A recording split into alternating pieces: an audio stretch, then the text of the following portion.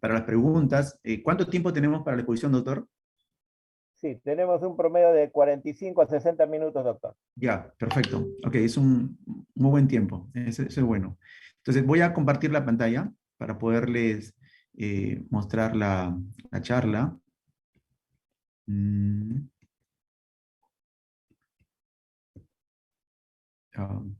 no sé si se ve Sí, la muy bien, presentación. doctor. Adelante, Se ve muy bien. bien, perfecto. Entonces comenzamos. Bien, vamos a ver un poco sobre lo que es reproducción humana en el Perú y en los servicios del sector público. Hay que ver un poco lo que es la situación, avances, perspectivas y la problemática. El problema digamos, de la infertilidad, si es un problema o no de salud pública. Obviamente esto es relativo, lo es digamos, para un buen sector de la población y podría no serlo pues, para otros sectores de la población, ¿no? Hay sectores en los cuales los problemas de salud pública son el hambre y la salud, por ejemplo, y tienen muchos hijos, ¿no? Son generalmente las poblaciones rurales en las cuales ahí los aqueja otro problema, ¿no? Ahí las mujeres se embarazan a veces obviamente de forma no prevista, ¿no? Son embarazos no previstos, embarazos no deseados incluso. Las mujeres se embarazan a veces a los 16 años, 18 años, 20 años, y tienen 3 4 5 6 hijos. Y entonces para ellos esto no es un problema de salud pública, ¿no? Para esas regiones, ¿no? Pero para Lima, por ejemplo, tenemos distritos en los cuales están a un nivel como, digamos, con una tasa de fecundidad como los europeos, de 1.3, 1.4 niños por pareja. Y se supone que para que exista un adecuado recambio generacional, pues si se va una pareja, si se muere una pareja, pues debería dejar una pareja de niños, ¿no?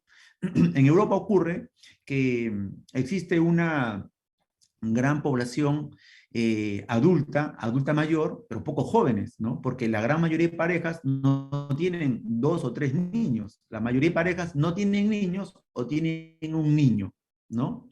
Y algunas de ellas tienen dos niños. Por eso que la tasa digamos, de maternidad en Europa es 1.3, 1.4, 1.5. Y hay distritos en el Perú, San Isidro, Miraflores, en las cuales también tienen una tasa digamos, de maternidad de, dice que la conexión está inestable, no sé si se escucha bien. Sí se Sí, escucha, doctor. doctor, sí se escucha bien. Muy bien, entonces existen distritos en los cuales tienen una tasa de maternidad baja, ¿no? Y para ellos, obviamente, es un problema de salud pública. Pero no solamente para ellos, sino que en Lima en general, pues, obviamente muchas familias pujantes vienen a veces del interior sin niños y se adecúan ya a las nuevas condiciones de vida diferentes en relación a quizás a la de su localidad, en la cual la mamá tenía 3, 4, 5, 6 hijos, y ellos vienen y de pronto se encuentran de cara con que existen una coyuntura diferente, y entonces en ese sentido también ellos vienen buscando estudio, buscando trabajo, buscando tener mejores oportunidades y postergan la maternidad, ¿no? Las mujeres pues tienen un muy buen perfil para embarazo a los 20 años, obviamente a esa edad las hormonas, la hormona de crecimiento, las hormonas esteroideas, todas sus condiciones acompañan tanto a la mujer como al varón, pues de 20, 22, 24 años a embarazar sin ningún problema, ¿no? Estas parejas, digamos, no están en las consultas de reproducción asistida o reproducción humana, sino están más bien en la consulta de anticoncepción, porque rápidamente, teniendo relaciones sexuales, podrían embarazar, ¿no? Y obviamente muchos de embarazos no deseados. Entonces, en este contexto, en general en Lima, hay digamos, se percibe y hay muchos trabajos en los cuales las parejas no quieren tener más de 2 niños, ¿no? A lo mucho quieren tener 2 niños y muchas de ellas unas, ¿no? Muy pocas mujeres aducen querer tener 3 o 4 niños porque saben lo que implica tener niños, digamos, en una sociedad en la cual hay toda una serie de parámetros de salud, ¿no? En relación a educación, en relación a protección, etcétera, ¿no? Entonces, tener niños para pues no darles una alimentación, una salud adecuada y mucho menos una educación adecuada, pues obviamente ya no lo ven como pertinente, ¿no? Eso no ocurre muchas veces digamos, en poblaciones del interior en la cual obviamente no hay mucha percepción sobre que el niño tiene que ir a la universidad, sobre que tiene que tener una educación adecuada, etcétera, ¿no? Bien, entonces el problema de salud pública en Lima, de hecho, tenemos pacientes de todos los distritos tantos en los centros privados como en los centros digamos, de salud del Estado, que vienen de San Juan de Lurigancho, que vienen del Callao, que vienen de Lima Centro, que vienen también incluso, que vienen de distritos como San Borja, acuden a la Maternidad de Lima, un centro en el cual trabajé muchos años, y veíamos pacientes de esos sectores que tampoco les alcanzaba pues, para hacer un tratamiento de reproducción, a veces de alta complejidad, como se los ofrecían en centros de su localidad, San Borja o Miraflores, pues por los altos costos que conlleva un tratamiento y no siempre es exitoso. Es decir, que no siempre que una mujer se va a hacer una inseminación intrauterina, pues va a embarazar, porque por cada inseminación intrauterina la mujer embaraza aproximadamente entre un 15%, 10%, 20%, y por cada fertilización in vitro la probabilidad de embarazo ronda entre un 30 y 60%, ¿no? Por lo tanto, muchas veces hay que hacer 2 o 3 tratamientos para que ocurra el niño esperado. Bien,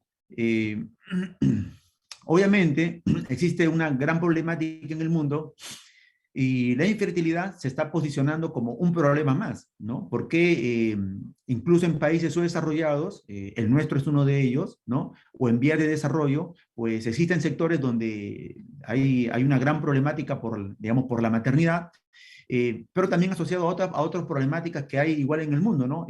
Poca asistencia para pacientes que vienen con infecciones como VIH, una adecuada cobertura para pacientes con tuberculosis, con malaria, con dengue, problemas crónicos degenerativos como diabetes, hipertensión, entonces desnutrición infantil, es decir, es un problema grande y serio realmente, y que muchas veces se da por desestimado el gran problema que tienen, digamos, un porcentaje de la población que quiere tener hijos y no puede tenerlo, porque se entiende que hay que darle prioridad al que está con tuberculosis, al que está con VIH, al que está con desnutrición infantil, etcétera, etcétera, etcétera, ¿no? Entonces, siempre hay muchas otras prioridades. Por lo tanto, la situación no es tan sencilla que digamos, ¿no? La tendencia global de fecundidad, por ejemplo, en Perú, para que tengan una idea, cómo ha ido bajando la tasa global de fecundidad en Perú. Por ejemplo, en el año 1986, la tasa global de fecundidad era de 4 hijos, a un poco más por mujer, ¿no? Alrededor del año 1996, es decir, 10 años después, ya era de 3.5, había bajado casi un punto. Alrededor del año 2018, la tasa de fecundidad global en Perú es de 2.2. Esto, en general, de cierto modo, pues no preocupa tanto, pero sí es importante prestarle atención porque como verán, cada 20 o 30 años, pues esa tasa de fecundidad, global de fecundidad va a ir bajando y va a llegar un momento en el cual el recambio generacional no se va a dar porque la mujer o por pareja se tendría un niño generalmente, ¿no? Y eso es importante más aún cuando, por ejemplo, se estima que para el año 2040 o 2050, pues ya digamos, en Perú, la tasa global de fecundidad sería 1.7, es decir, ahí realmente ya se va a tener que trabajar mucho más y la idea es trabajar desde ahora, pues para no llegar a esos estándares, ¿no? De hacer que la población pues tenga un número razonable de niños y esto es más o menos como tratar de equilibrar, ¿no? De que muchas mujeres no tengan más niños de lo que desean y algunas otras mujeres pues tengan lo mínimo de niños que desean también, ¿no? Entonces, dar la asistencia médica de anticoncepción por un lado, que el sistema de salud aborda bastante bien, pero también dar un sistema, que el sistema de salud también aborde de forma adecuada a aquellas mujeres que no tienen ningún niño y que obviamente por tratar de tener mejores condiciones de vida, mejores condiciones de educación, un trabajo, etcétera, tener una mejor estabilidad educativa, laboral, etcétera, o conyugal incluso, pues llegan a edades en las cuales los tratamientos, digamos, su reproducción disminuye de tal manera que tienen que asistir a centros y desgraciadamente se encuentran con la otra cara de la moneda, que no es tan barata, en la cual los tratamientos de reproducción no son cómodos. Bien, Eh, Esto es para tener una idea de lo que pasa en la parte rural y lo que pasa en la parte urbana y lo que más o menos a nivel nacional ocurre, ¿no? En la parte rural todavía la tasa de fecundidad desde 3.6 en el 2009 y al 2018 3.1, pero en la urbana prácticamente estamos ahí, ¿no? Con 2.0 prácticamente, ¿no? Y a nivel nacional con 2.2. Bueno, entonces esto está más o menos como para tener una idea de que el problema no está lejos, sino hay que trabajar desde ahora en la promoción de, digamos, de la paternidad. Y esto es importante porque muchas mujeres piensan que es sencillo tener hijos a los 35, 38, 40 años, ¿no?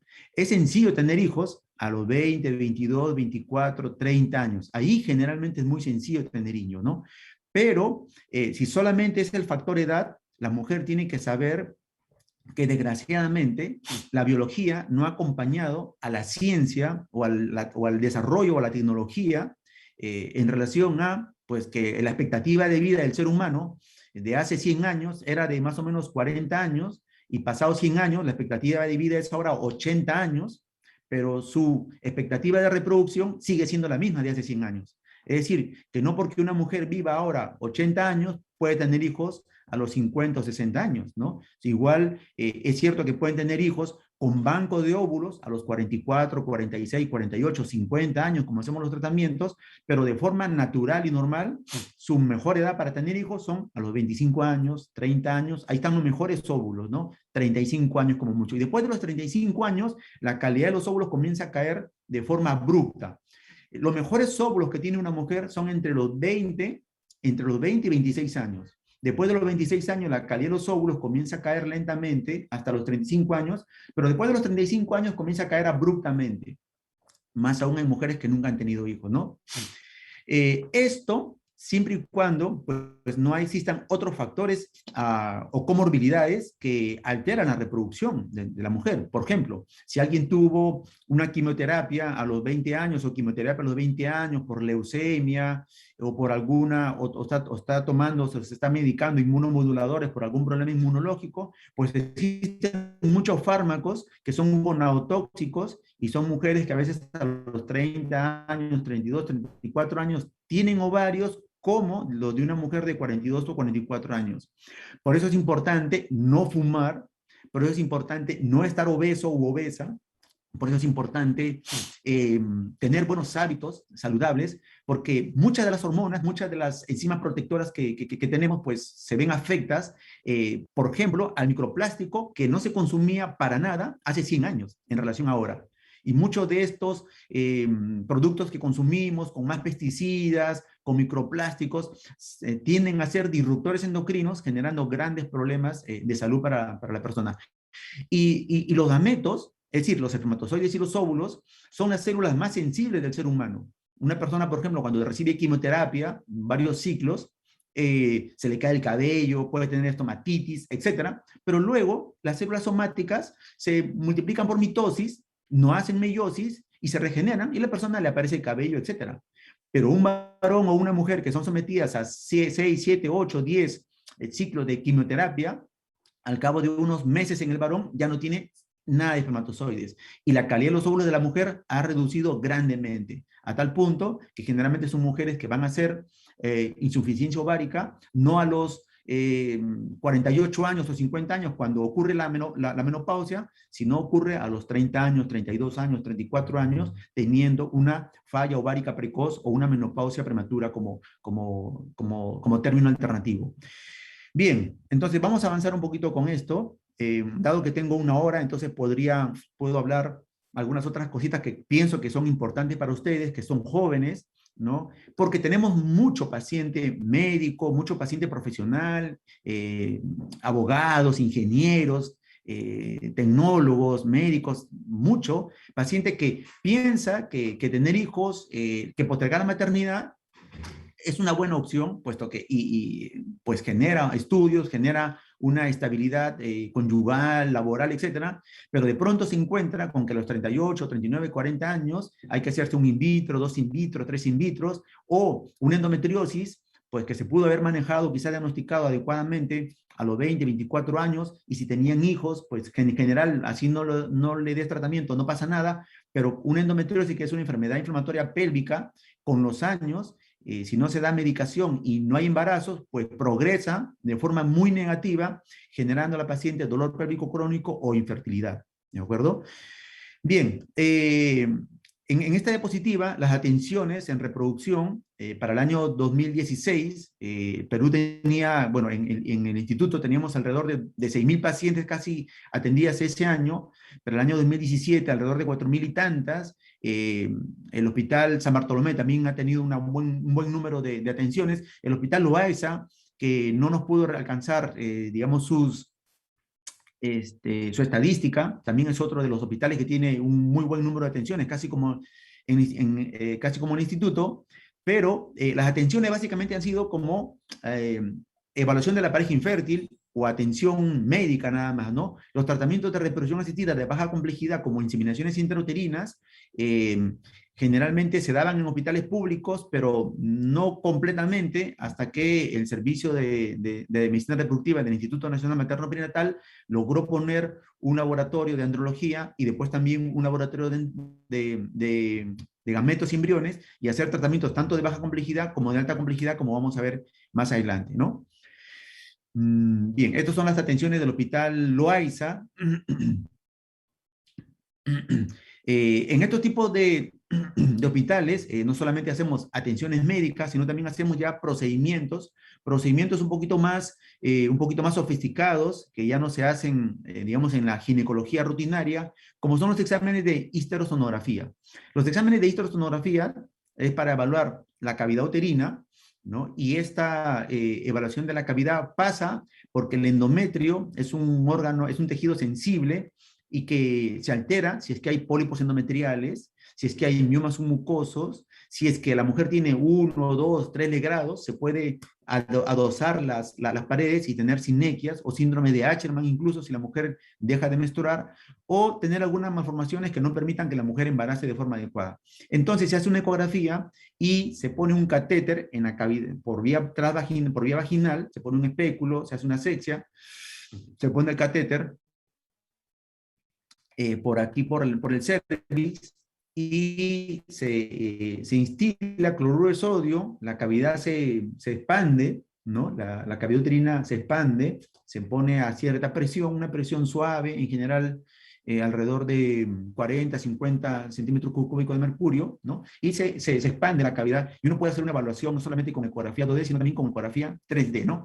Entonces, poco a poco, en reproducción tenemos que, obviamente, no solamente ir haciendo manejos o evaluaciones de la pareja infértil, sino también ir haciendo procedimientos un poco más complejos, como las histerosonografías, teniendo un ecógrafo quizás de mejor resolución, como el que compró el instituto, un ecógrafo 3D para medicina reproductiva, y poder tener evaluaciones, digamos, del útero de forma coronal, como vemos aquí, y poder hacer diagnóstico de úteros que generan infertilidad, como úteros tabicados, o otros problemas obstétricos, como úteros bicornes, úteros sectados, etcétera, ¿de acuerdo?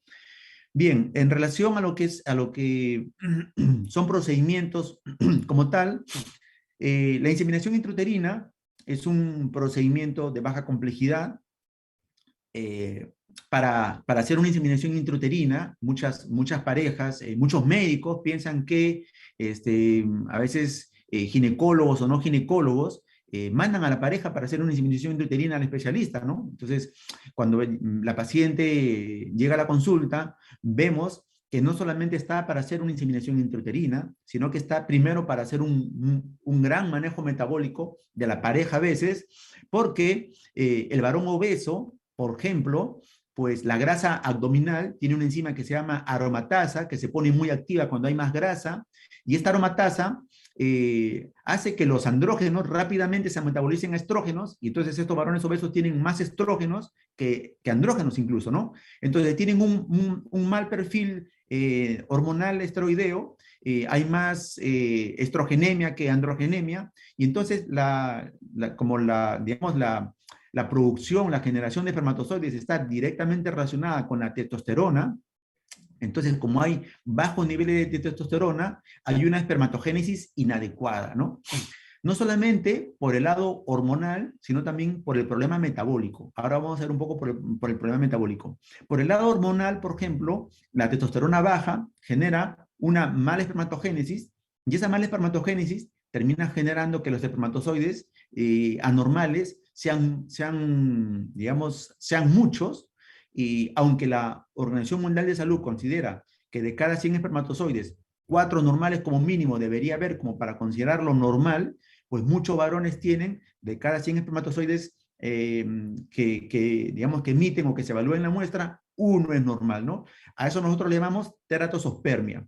Entonces hay, digamos, muchos varones con teratosospermia, muchos varones con poca cantidad de espermatozoides, menos de 15 millones por mililitro, a eso nosotros le llamamos oligosospermia, y viene con estas alteraciones, obviamente, en el semen, pero por el lado, y eso por la parte, digamos, de la parte de testosterona, ¿no? Con la consiguiente incluso disminución de la libido sexual y todo lo demás. Pero también la parte metabólica genera gran inflamación. Las personas que son obesas, en general, pues hacen resistencia a la insulina, tienen más insulina en lo normal. Recordemos que la obesidad, por ejemplo, es tan similar el problema de la obesidad como el problema del tabaquismo. Tal es así, por ejemplo, que el tabaquismo te tiene, por consumir tabaco, hay alrededor de 14 tipos de cáncer que la persona fumadora crónica puede padecer. La persona con obesidad tiene hasta 11 tipos de cáncer que puede padecer solo por un problema relacionado a la obesidad, ¿no? Entonces, la obesidad es un gran problema, tanto en el varón como en la mujer. En este caso, por ejemplo, del varón, igual también tiene mitocondrias alteradas,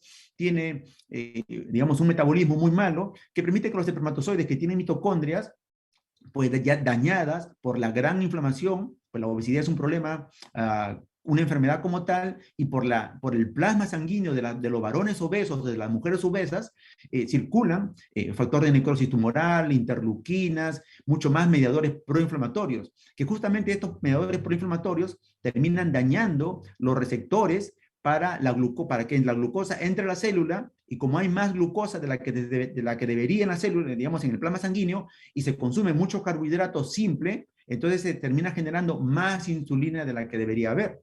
Entonces, la insulina es un gran problema porque termina también, dicho sea de paso, estimulando a receptores de células tumorales, ¿no? Por eso la obesidad es un gran problema, no solamente desde el punto de vista hormonal, sino también desde el punto de vista metabólico. Pero eso es por el lado del varón. Y muchas veces no se maneja adecuadamente a la pareja. Piensan que el varón que viene a la consulta, bueno, y que viene hipertenso, bueno, toma tu antihipertensivo, o que viene por un problema de lípidos, bueno, toma un canfibrosilo, atorvastatina, etcétera, pero no manejan el problema de fondo, que es la obesidad, ¿no? Entonces, la obesidad es un gran problema para todas las especialidades realmente, ¿no? Por lo tanto, es importante la especialidad que sea que manejen, pues manejar la parte metabólica. Por el lado de la mujer, ni qué decir, son mujeres que no ovulan de forma adecuada, la grasa abdominal o la grasa periférica que tienen, digamos, en más cantidad de la que deberían, altera el endometrio receptivo, digamos, que se genera una ventana de implantación para que el embrión llegue al endometrio y se implante, pero por las alteraciones hormonales, pues obviamente termina no implantando el embrión. Entonces, muchas veces antes de la inseminación intrauterina, hay que manejar a la pareja como tal, ¿no? Es decir, manejar al varón, manejar a la mujer, pedirle algunos exámenes, como por ejemplo, lo mínimo que le pedimos a una paciente mujer para hacer un tratamiento de este tipo es realices un examen de prolactina, un examen de TSH, un examen de T4 libre, un examen de vitamina D y un examen de clamidia, ¿no? La vitamina D actualmente, más aún con estas encerronas, es un gran problema a nivel mundial. Es importante que se dosen la vitamina D, y lo ideal es tenerlo en 50, 60, 70 nanogramos. No sabe la cantidad de pacientes que vienen a la consulta con jóvenes, 35 años, con su cáncer de mama, pero con la vitamina D, 4, 5, 6 nanogramos, ¿no? Entonces, la vitamina D, aunque los laboratorios ponen que es normal por encima de 30, por encima de 30 es como tener 11 de nota. lo ideal de tener de vitamina D, dósensela en un buen laboratorio y procuren ver si está alrededor de 40, 50, 60 nanogramos por mililitro. Y el 80% de la vitamina D se adquiere, dicho sea paso, es una hormona realmente, se adquiere mediante los rayos solares, ¿no? Y un 20%, 15% se adquiere vía oral, ¿no? Con los alimentos o los tratamientos que damos a los pacientes. Por lo tanto, el manejo para la inseminación intrauterina pasa por tener un manejo médico integral realmente de la pareja para recién hacer la inseminación intrauterina.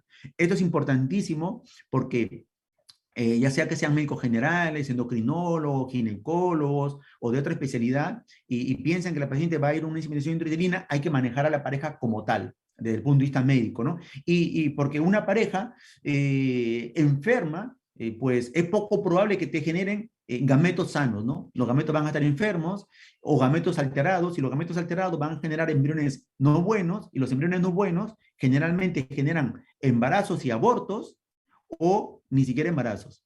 Entonces, son embriones buenos los que generan obviamente gestaciones viables con recién nacidos vivos sanos. ¿De acuerdo? Bien, ya cuando la paciente llega pues a la consulta para hacer inseminaciones intrauterinas, hemos solicitado un examen de histerosalpingografía. Hemos hecho una evaluación de la reserva ovárica de la mujer mediante ecografía nada más, y evaluar que en cada ovario existan por lo menos unos 5 folículos en cada uno, y si no, solicita un examen que se llama hormona antimuleriana, y que la hormona antimuleriana esté por encima de 1.5, de 2, mínimo 1.2 nanogramos por decilitro. Es importante también que muchas mujeres que tienen 30 años, 32 años, 34 años, que hacen muchas guardias, que hay muy estrés, se dosen la hormona antimuleriana, que padecen de hipotiroidismo, se dosen la hormona antimuleriana, porque tenemos cantidad de pacientes que hacen 2 o 3 tratamientos de in vitro porque su hormona antimuleriana está muy baja. Y si no, a congelar óvulos, ¿no? Es importante. Entonces, en esas condiciones en las que tenemos una mujer de buena edad, idealmente 35 años a menos, trompas normales, evaluadas mediante un examen de histerosalpingografía, una reserva ovárica normal y un semen normal o mínimamente alterado, se realiza la inseminación intrauterina. ¿Cómo se realiza la inseminación intrauterina? Lo hacemos de la siguiente manera. Se da algunas hormonas a la paciente por algunos días y se hace una evaluación ecográfica para poder ver que el folículo dominante que va creciendo, que genera estrógenos, cuando tiene alrededor de 18 milímetros, se aplica una ampolla que se llama HCG, que es la hormona gonadotropina coriino-humana, y 36 horas después se hace la inseminación intrauterina. Es decir, se hace coincidir la ovocitación con dejar una muestra de semen en la cavidad uterina de la paciente. Pero esa muestra de semen no es cualquier muestra. El varón deja la muestra de semen en el laboratorio y el biólogo capacita esa muestra de semen. Esa muestra de semen tiene más o menos 97% de plasma seminal, en la cuales están, digamos, productos de las glándulas prostáticas, de las glándulas seminales, etcétera, de las vesículas seminales, y una fracción pequeña es de espermatozoides, ¿no? Entonces, esa fracción pequeña de espermatozoides es centrifugada, o todo el semen es centrifugado, y luego se extraen las fracciones pequeñas de espermatozoides, a las cuales las exponen a un medio enriquecido con vitaminas, y esos espermatozoides tienen una mucho mejor movilidad. Estos espermatozoides con mejor movilidad y con un medio en las cuales permitan que los espermatozoides tengan una mejor fertilización, porque la fertilización está directamente relacionada a la movilidad del espermatozoide. Si el espermatozoide no se mueve, acá está quieto y acá está el óvulo, no lo va a fertilizar. El espermatozoide tiene que tener movilidad, y la movilidad de los espermatozoides lo dan las mitocondrias. Y las personas deben aprender a cuidar sus mitocondrias. Esto más o menos ocurre así, y le explicamos a los pacientes. Lo que ocurre en macro, ocurre en micro. Si un obeso no puede, digamos, correr, deambular, igual el espermatozoide está más o menos en esa condición, con un movimiento muy lento, y eso le llamamos astenosospermia, ¿de acuerdo?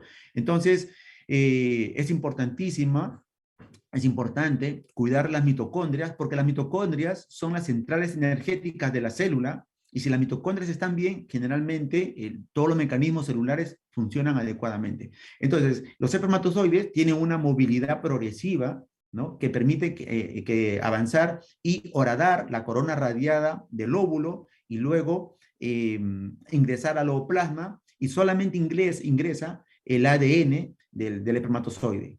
Y el óvulo, pues tiene todo el aparataje citoplasmático y si es fertilizado se genera obviamente un embrión, ¿no? Entonces, esa muestra de semen capacitada, que es aproximadamente 0.3, 0.4 centímetros cúbicos, se carga en una jeringa de tuberculina y se purga el catéter con la muestra y luego se pasa ese catéter hacia la cavidad uterina, como muestra la figura. Obviamente se pone un espéculo, se identifica el cervix, se limpia el cervix, pero aquí no se limpia con yodo ni con ningún antiséptico, solamente se pone una gasita y se limpia el moco con mucho cuidado y luego el catéter no tiene por qué obviamente tocar las paredes para que no se contamine y se pasa a nivel transcervical hasta la cavidad uterina y ahí se deja de forma lenta la muestra de semen, ¿no? Generalmente lo hacemos 36 horas después de aplicado el HCG. Se aplica el HCG porque ese óvulo que está creciendo está en profase 1, está en la meiosis 1, ¿no? Y el HCG permite que se avance de meiosis 1 a meiosis 2. Es decir, los óvulos están en un estadio poco diferenciado todavía, están en un estadio inmaduro y tienen que pasar de profase 1 cuando se aplique el HCG o cuando la mujer libera el LH, su LH, en el día 12, día 13 o día 14, por estímulo de los estrógenos, libera la LH, ese ovocito, por la cantidad de LH que se ha liberado, reinicia la meiosis y de profase 1 pasa a metafase 1, anafase 1, telofase 1 y luego pasa a profase 2 y se libera como metafase 2. Y así como metafase 2 es liberado del ovario, ¿no? Y la trompa que está activa arriba captura al ovocito y si hay espermatozoides ahí porque la mujer ha tenido relaciones sexuales, pues puede obviamente fertilizar. Y si no, con la inseminación intrauterina se fertilizan estos óvulos y el óvulo fertilizado pues se convierte en un huevo cigoto y avanza al cabo de 5 días hasta llegar al útero donde se implanta como blastocisto, ¿de acuerdo? La tasa de embarazo para inseminación intrauterina son en promedio del 15 a 18% y esa es digamos, una muy buena tasa de embarazo para las pacientes. Vamos a ver aquí, nada más. Muy bien. Entonces, existen factores pronósticos, ¿no? Factores de buen pronóstico. Digamos, los factores pronósticos son la edad de la paciente, y como hemos mencionado, idealmente, pues que tenga debajo de 36 años, la hormona antimuleriana que esté mayor de 1, con las 2 trompas permeables. Se hace una estimulación hormonal con unas ampollas que se llaman gonadotropinas. Hay que evaluar si uno tiene diagnóstico de endometriosis, porque eso también disminuye la probabilidad de embarazo, con semen normal o mínimamente alterado, y la tasa de infertilidad, pues que no sea más de 5 años, porque cuando haya más de 5 años, pues obviamente ya hay factores de mal pronóstico, ¿no? La tasa de embarazo por ciclo en promedio es alrededor del 15-18% por ciento por ciclo. Muy bien. Las inseminaciones intrauterinas, en el año 2018 recogimos una data a nivel de salud pública y en el año 2018 en el Instituto Materno Perinatal realizamos 145 inseminaciones. El Hospital Loaiza realizó 111 inseminaciones, el Hipólito Unanue realizó 22 inseminaciones y el Hospital de Arequipa, el Regional de Arequipa, Honorio Delgado, realizó 36 inseminaciones. Bien, las inseminaciones intrauterinas, en el año 2014, creo que hubo una gran huelga y entonces solamente realizamos 67 inseminaciones. En el año 2015 se realizaron 138, en el año 2016 232, 2017 189, en el 2018 145 y luego han ido bajando también porque, ahora vamos a hablar un poquito sobre eso, porque antes se hacían más inseminaciones de las que se deberían hacer en pacientes que no correspondía hacer inseminaciones, ¿no? Y entonces ya también teníamos el laboratorio de in vitro, y ya con el laboratorio de in vitro, pues muchas pacientes no tenían criterios para hacer inseminaciones y también tenían criterios para hacer una fertilización in vitro. Por eso es que las inseminaciones también comenzaron a bajar, y ese fenómeno ocurre en todos los países donde se instauran laboratorios de in vitro, ¿de acuerdo? Entonces, nuestra producción de inseminaciones intrauterinas no es nada despreciable. Cuando asumí la jefatura de este servicio de medicina reproductiva, no se sabía en nuestro servicio quiénes embarazaban, quiénes no embarazaban, cuántas embarazaban, cuántas no embarazaban. Entonces decidí hacer la primera estadística del Servicio de Medicina Reproductiva en el INMP en reproducción asistida. Entonces realizamos en el 2015 cuántas se habían embarazado, y se habían embarazado el 6%, el 6.7% de las mujeres que se habían hecho inseminaciones. Es decir, le haces 100 inseminaciones a las damas y 6 de ellas se embarazan. En el 2016, 5% de inseminaciones. Existe una entidad londinense que se llama la NICE, que recomienda, digamos, o evalúa los pros y los contras, si el tratamiento es costo efectivo o no, y evaluó las inseminaciones intrauterinas en el mundo. Y mencionó que lo mínimo de tasa de embarazo razonable para que una mujer se haga inseminaciones en un centro es que el centro esté generando por lo menos un 10% de embarazo como tasa de embarazo para, digamos, por las inseminaciones que realiza, ¿no? Esto digamos, de las estadísticas, a mí me gustan mucho realmente porque permiten saber cómo estamos, ¿no? Si estamos yendo para atrás, si nos hemos estancado o estamos mejorando. Entonces, las estadísticas no es para buscar culpables, las estadísticas es para tener un diagnóstico situacional y cómo podemos mejorar, porque la naturaleza del humano es mejorar, es mejorar cada día, ¿no? Entonces, al ver estas curvas tan malas de embarazo, entonces propusimos en el año 2017, de 2016 para 2017, unos cambios, ¿no?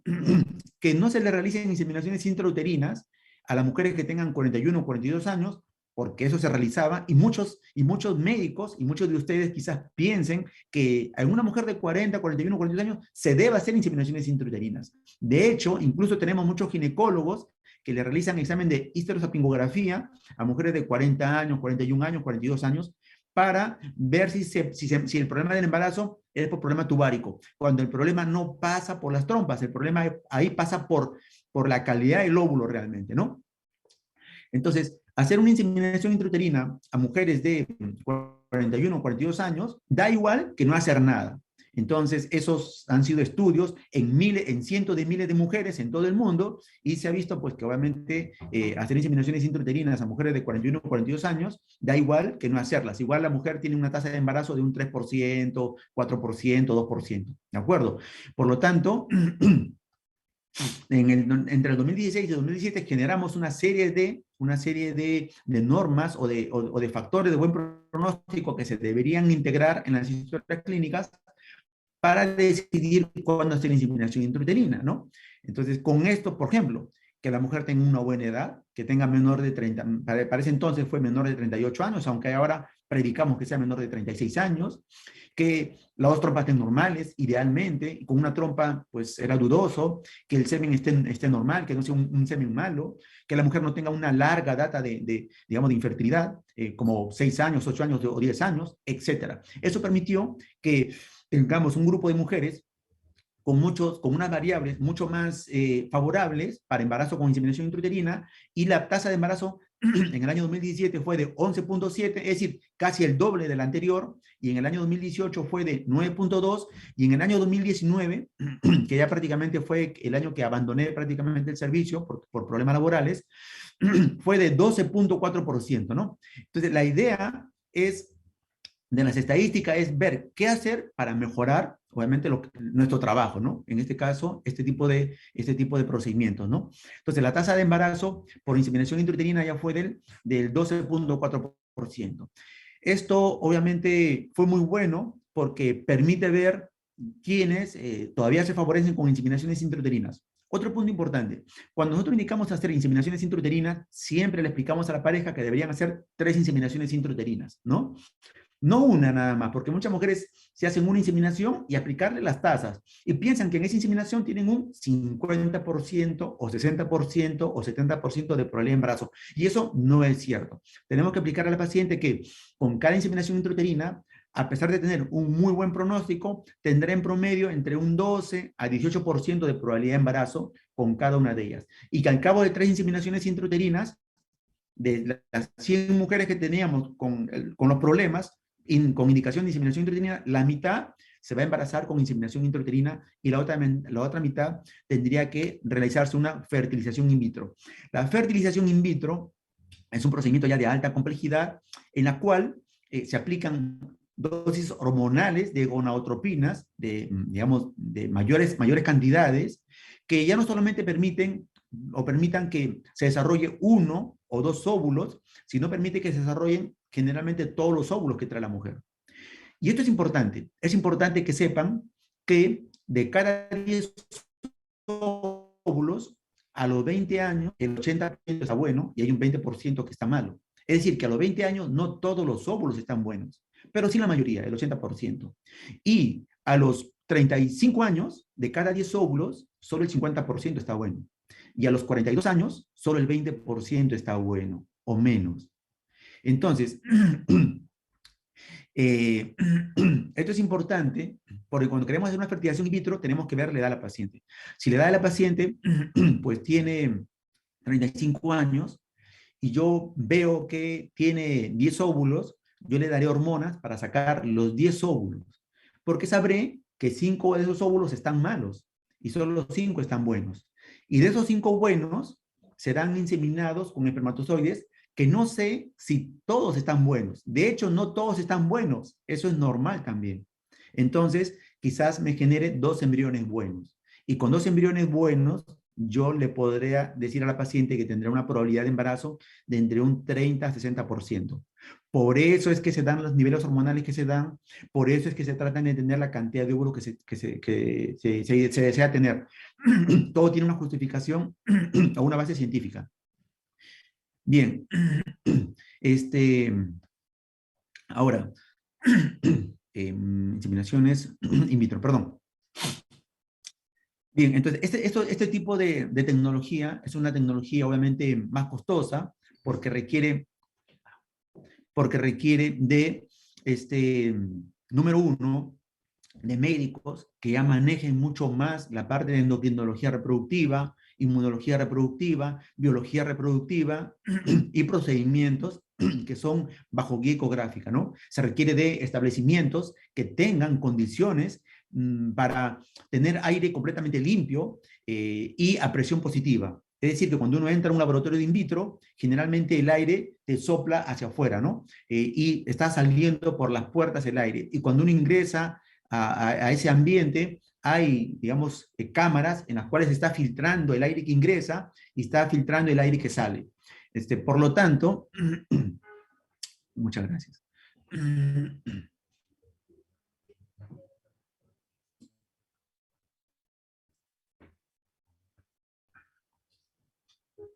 Por lo tanto, no es sencillo de montar un laboratorio, porque no solamente requiere de los médicos, se requiere de biólogos, dicho sea de paso,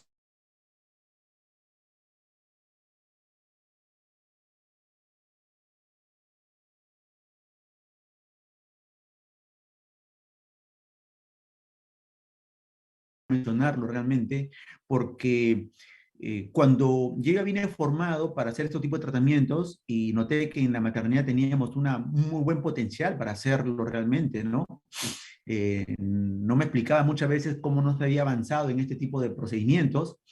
Y entonces estaba con el entusiasmo de hacer realidad este proyecto. Eh, Vimos a una bióloga que tenía condiciones para esto, entonces buscamos en medio local algún laboratorio para que nos ayude a formar a la bióloga, porque la bióloga pues no había sido formada, hay que tener una formación también especial para ello, y todo el mundo decía que sí, pero a la hora nadie decía, bueno, tal día vienes, ¿no? Hasta que hicimos contacto con el doctor Elkin Lucena de un centro que tiene en Colombia, se llama el Centro SECOLFE, Centro Colombiano de Fertilidad, y la bióloga viajó a Colombia y se pasó un mes y medio formándose en lo que es fertilización in vitro y capacitación de semen para hacer inseminaciones intrauterinas y vino.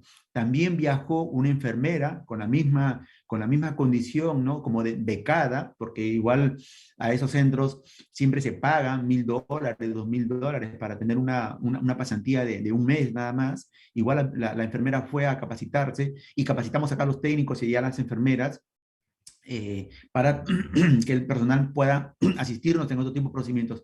Entonces, no solamente es tener infraestructura, sino que también el tener el recurso humano y la decisión importantísima, la decisión del equipo directivo que está a la cabeza de una institución, ¿no?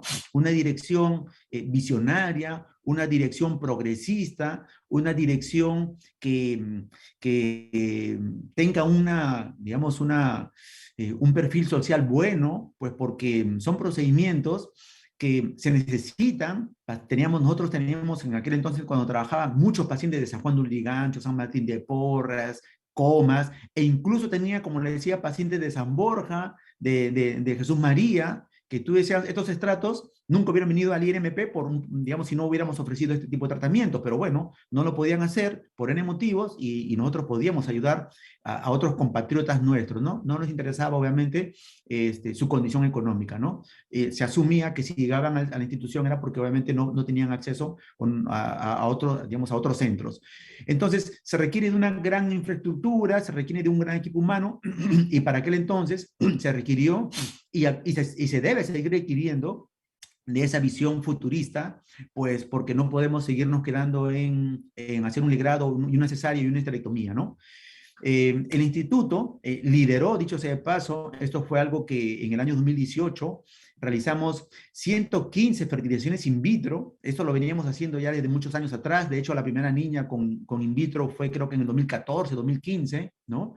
Pero en el 2018 y en ninguna otra institución hasta la actualidad, ninguna otra institución estatal hace tratamientos de alta complejidad como lo puede hacer el Instituto Nacional Materno Perinatal, ¿no? Esto obviamente, nuevamente, no era un mérito personal, era un trabajo en equipo, y presentamos un proyecto, fue el proyecto de implementación para el manejo integral de la pareja infértil, bajo el liderazgo del doctor Pedro Mascaro, y la maternidad, digamos, o el Instituto Nacional Materno Perinatal fue la primera institución a nivel estatal, llámese, pues, salud, hospitales, digamos, de las Fuerzas Armadas, y todo MINSA, que catapultó la reproducción, digamos, a lo más alto, que es el tratamiento de alta complejidad. Aquí está el doctor Elkin Lucena, quien nos ayudó mucho con la formación de personal. Dicho sea paso, yo también fui por ahí porque colaboré en un libro que él hizo,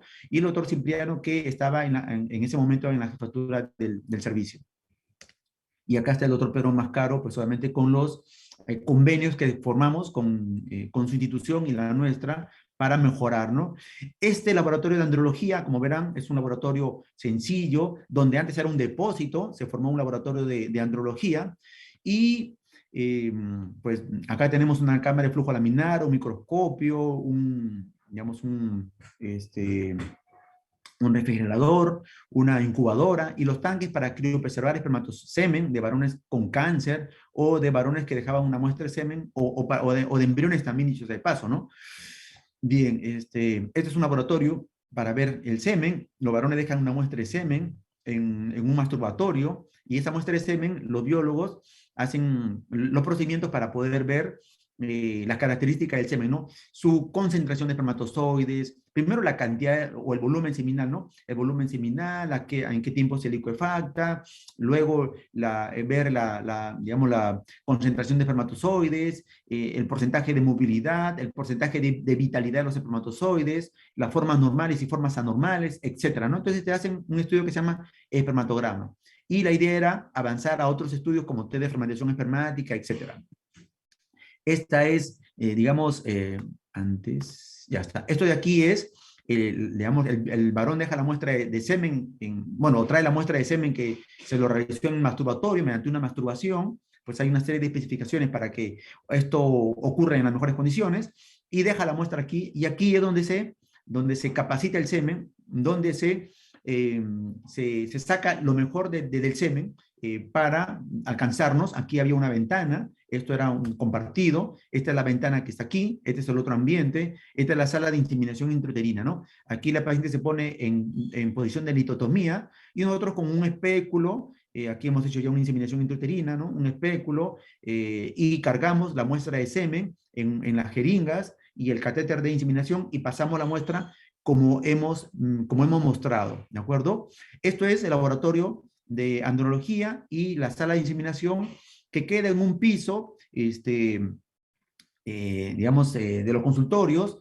No se requiere mayores, digamos, se requiere cuidado con obviamente, digamos, con la limpieza, con la asepsia, pero no es, digamos, no es un ambiente tan fino como el que se requiere para hacer, digamos, una fertilización in vitro. Esta es la sala de operaciones número 8, montada ya, con obviamente una máquina de anestesia, un ecógrafo portátil, un aspirador al vacío, un calientatubos, y en estos tubitos es donde uno saca la muestra. Ahora vamos a ver más o menos cómo, o le voy a dar una idea de cómo se realiza. Y esta es la puerta para el laboratorio de gametos y embriones. En este laboratorio tiene una cámara de flujo laminar, tiene una incubadora. De hecho, compramos otra incubadora más, dos incubadoras más realmente compramos, una K-System grande y una más pequeña, trigas. Aquí se combinan los gases para poder mantener al embrión con buena concentración de gases, a buena temperatura, con un buen pH. Este es un micromanipulador para coger un espermatozoide e inyectarlo al óvulo directamente, es como si fuera un robot, ¿no? Y se tienen, digamos, los manipuladores o las manicelas a los costados, y uno por microscopio, bueno, eso lo hace el biólogo, puede a un espermatozoide que está con buena movilidad fracturarle la cola para que no se mueva y luego aspirar ese espermatozoide e inyectarlo, me quedan 10 minutos, inyectarlo al óvulo. Eso se llama ICSI, ¿no? Y la fertilización in vitro es tener óvulos y dejarle una muestra de espermatozoides de entre 50.000 y 100.000 espermatozoides al costado del óvulo, ya aspirado, y por movilidad propia, el óvulo fertiliza al óvulo. Eso se llama una fertilización in vitro. Eso se hace, obviamente, se pone al óvulo y los espermatozoides en la incubadora, y eso se llama fertilización in vitro. Y el ICSI es coger el espermatozoide e inyectarlo al óvulo directamente, porque hay muy pocos espermatozoides o porque no se mueven, sí que no se mueven, y inyectarlo y ponerlo en incubadora y revisarlo en los días posteriores para ver su desarrollo embrionario temprano. Esto de aquí es una paciente a la cual le hemos puesto hormonas, y esto de aquí, vean la imagen, este es su ovario, ¿no? Y normalmente todas las mujeres, cuando empieza la regla, tienen un número de folículos antrales o una cohorte folicular, y dadas digamos, la complejidad de sus hormonas, ¿no? De FSH, LH, estrógenos, entonces la FSH genera que vengan varios folículos, que vayan creciendo algunos folículos, ¿no? Y luego la FSH cae, normalmente cae, y el folículo que más resiste a esa caída de FSH es el que termina desarrollándose, ¿no? Es decir, se autogestiona, se autodesarrolla a sí mismo, se autoestimula a sí mismo, y a pesar que no hay FSH, que es la hormona folículo estimulante, crece.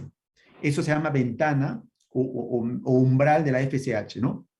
La FSH cae y generalmente se desarrolla el folículo más capaz. Ese es el que ovocita y el que termina fertilizando, ¿no? Eso ocurre normalmente en casi todas las mujeres, porque recordemos que las mujeres tienen embarazos únicos en el 97 a 98%, solo un 2 o 3% tienen embarazos dobles, ¿no? Pero para estos tratamientos, nosotros necesitamos que todos los folículos que trae la paciente desarrollen, ¿no? Digamos, todos entre comillas. Hay sus excepciones, pero no nos va a dar el tiempo para poderlo explicar. Entonces, la paciente, pues que trae 5 folículos en cada lado, yo le doy hormonas, FSH recombinante, o FSH y LH urinaria purificado, son frasquitos de hormonas que se aplican a los pacientes todos los días de forma periumbilical, y no va a haber esa caída de FSH, y entonces yo comienzo a administrar el FSH y todos los folículos crecen. Este, por ejemplo, ya es un ovario en el cual, si ustedes verán, tienen un folículo, 2 folículos, 3 folículos, 4 folículos, 5 folículos. Y esta punta que está ingresando aquí es la aguja. Este folículo tiene líquido folicular, por eso se ve de color negro en la ecografía, ¿de acuerdo? Y tiene el ovocito. El ovocito que obviamente habrá madurado, porque la aspiración le realizo 35 a 36 horas después de aplicado el HCG o algún otro similar que permita que el ovocito madure.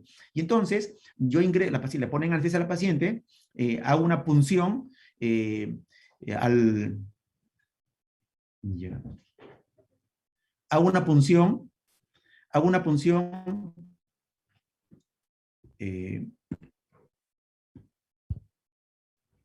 perdón.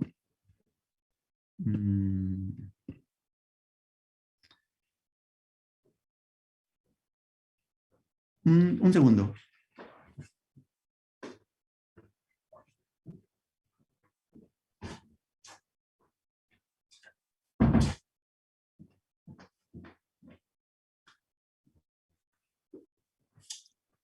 Bien, creo que dejé de compartir. A ver, veamos. Mira, ahí se ve bien, ¿sí, no? Sí, Sí, Sí, ¿me doctor, escucha? se Ok, observa bien. perfecto. Bien, entonces, le decía, aquí hay la aguja, se aspira el líquido folicular y en ese líquido obviamente también se aspira el ovocito, ¿de acuerdo? Ya vamos a terminar. Esos ovocitos obviamente son retirados en unos tubos de Falcón y son entregados al biólogo y el biólogo lleva lúa, si está el ovocito, y lo va separando y lo va seleccionando entre los que son maduros e inmaduros, ¿de acuerdo? Bien, esto por ejemplo es la primera paciente que realizamos un in vitro. Nosotros en el año 2014 arrancamos con los in vitros. La primera paciente que le hicimos un in vitro se embarazó, pero abortó. Y la tercera paciente fue la que embarazó. Y estos son los dos primeros embriones del instituto. Realmente eso es una reliquia. Estos son los dos primeros embriones que generaron los dos primeros niños de fertilización in vitro. La transferencia de embriones la realizamos el día 9 de septiembre de 2014 a las 9 de la mañana en la sala número 8 y se obtuvieron dos recién nacidos vivos sin patologías el 5 de mayo del 2015, ¿no? Esta es la primera paciente que realizamos los tratamientos con estimulación hormonal, aspiración de óvulos, fertilización y luego transferencia de esos embriones. Pero luego también tuvimos pacientes más complejas, como este es un grupo de pacientes en la cual el varón, como verán, con sobrepeso, la mujer con una serie de patologías, tuvimos que aspirarle los óvulos, fertilizarle los óvulos, generar embriones, pero congelar los embriones y hacer la transferencia de forma diferida. Estos son niños nacidos de embriones descongelados, fueron los dos primeros niños de embriones descongelados del instituto que también se realizó en el año 2014-2015, si mal no recuerdo. Bien, entonces la fertilización in vitro empezamos a hacer en el año 2014, de ahí 2015, 2016 y poco a poco fuimos aumentando los números de procedimientos hasta el año 2019. Pero no solamente hemos realizado fertilizaciones in vitro, sino que también, un poquito tarde, también hemos hecho tratamientos de, bueno, procedimientos de biología reproductiva, como criopreservación de óvulos, criopreservación de semen, etcétera, en un muy buen número. En el año 2019 teníamos 1.350 procedimientos de biología reproductiva, en la que están pues, capacitaciones espermáticas, espermatogramas, criopreservación de óvulos, de espermatozoides, etcétera, ¿no? Entonces, hemos realizado muchos procedimientos de histeroscopía, casi por mes hacíamos fertilizaciones in vitro, por ejemplo, en noviembre, 3 in vitro, 4 aspiraciones, histerosonografías, una serie de procedimientos ya completamente diferentes a lo que se realizaba de forma rutinaria.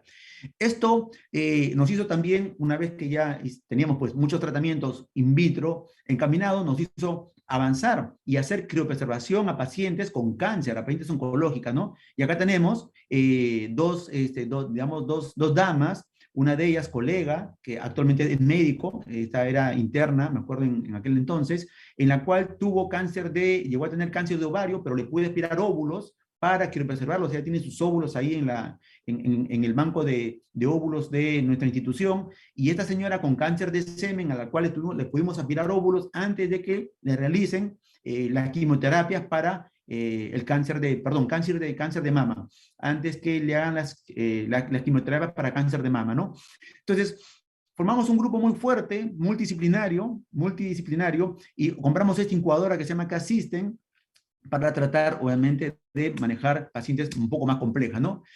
Siempre hemos apostado por implementar, ¿no? Desgraciadamente, como que ya no fue acompañando un poco digamos, lo que necesitábamos, y entonces yo decidí o opté por avanzar de forma ya privada, pero esto lo expusimos hace muchos años a la dirección, que necesitamos avanzar en hacer un programa para hacer un diplomado y la subespecialidad, en hacer un programa para pacientes con fallo ovárica, un programa de donación para fallo ovárica precoz. De hecho, dejamos digamos, esta iniciativa hecha prácticamente toda para probarla. Programa para criopreservación de gametos por causas médicas, son las pacientes con cáncer. Programa interinstitucional de adopción entre el INMP y el INAVIF. Investigación y laboratorio de criopreservación de tejido ovárico. También hicimos las conversaciones con la Universidad de Bruselas para avanzar, ¿no? Pero tampoco podemos avanzar solos. Desgraciadamente allá tuve que decirme si quería seguir renegando en la institución por cosas que no se dan cuando deberían darse, o avanzar en paz de forma quizás más sosegada, en la parte privada, con igual también un apoyo social. Entonces decidí apartarme, pero hicimos, creo que, y presentamos muchas opciones para avanzar, ¿no? Las fortalezas, oportunidades, debilidades y amenazas. Hicimos un gran estudio tratando de buscar ese apoyo, ¿no? Entonces, no hay mucho apoyo como política de Estado, sin embargo, no obstruye. Es decir, nos decían, muy bien, están haciendo las cosas muy bien, lo felicitamos, pero no hay recursos. Porque bueno, hay muchos, en ese tiempo ya estaba el problema de los extranjeros, porque hay muchos extranjeros, porque toda una serie de peros, como siempre, desgraciadamente. El desarrollo que cada institución realiza debe estar en el marco, obviamente, de los objetivos institucionales y sociales, pero desgraciadamente no siempre se cubre todo, ¿no? Y para ese entonces estamos haciendo las coordinaciones para realizar un diagnóstico situacional y poder ayudar de forma concreta a las instituciones que deseaban seguir creciendo e implementar una unidad o servicio de medicina reproductiva. Es decir, nosotros en ese entonces estábamos en la capacidad de ayudar, asesorar a hospitales como Arequipa, Trujillo, Huancayo, para que se descentralice, obviamente, esto, ¿no? Hasta ahí nos quedamos y agradezco al grupo humano que me apoyó en avanzar todo lo que les he mostrado. Espero que haya sido de interés para ustedes y cualquier pregunta estoy ya no a contestarla. Muchas gracias.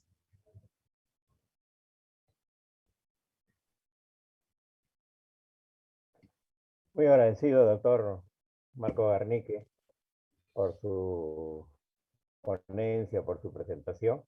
Probablemente los alumnos tengan alguna pregunta que realizar. ¿Ya? En tanto ellos van evaluando sus preguntas, yo quisiera preguntarle, doctor Marco Garnique, si las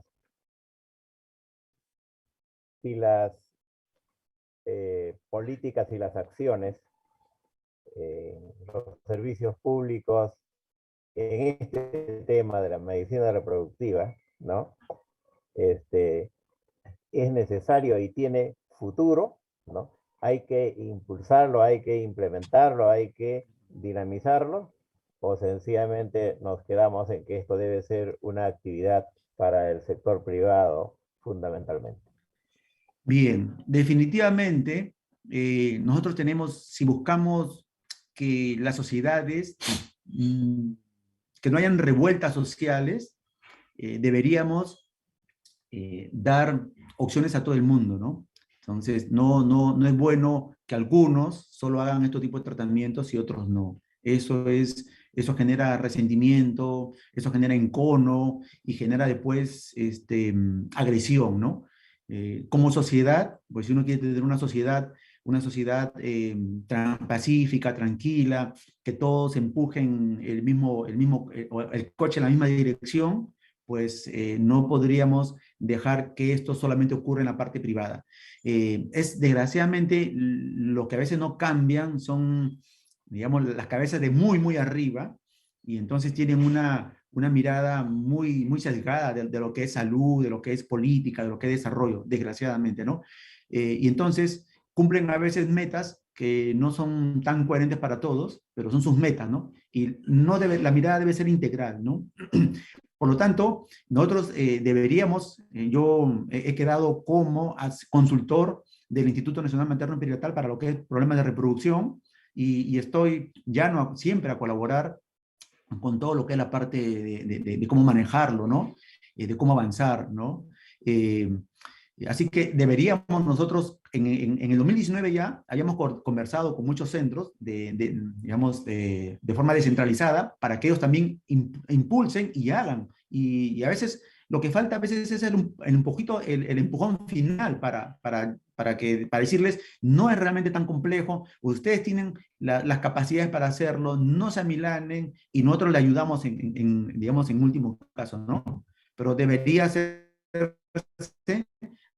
de manera descentralizada y hay que a futuro a tener una salud, digamos, no solamente de asistir cáncer o muerte, ¿no? Sino de todo punto de vista calidad, ¿no? Sí, doctor Garnica.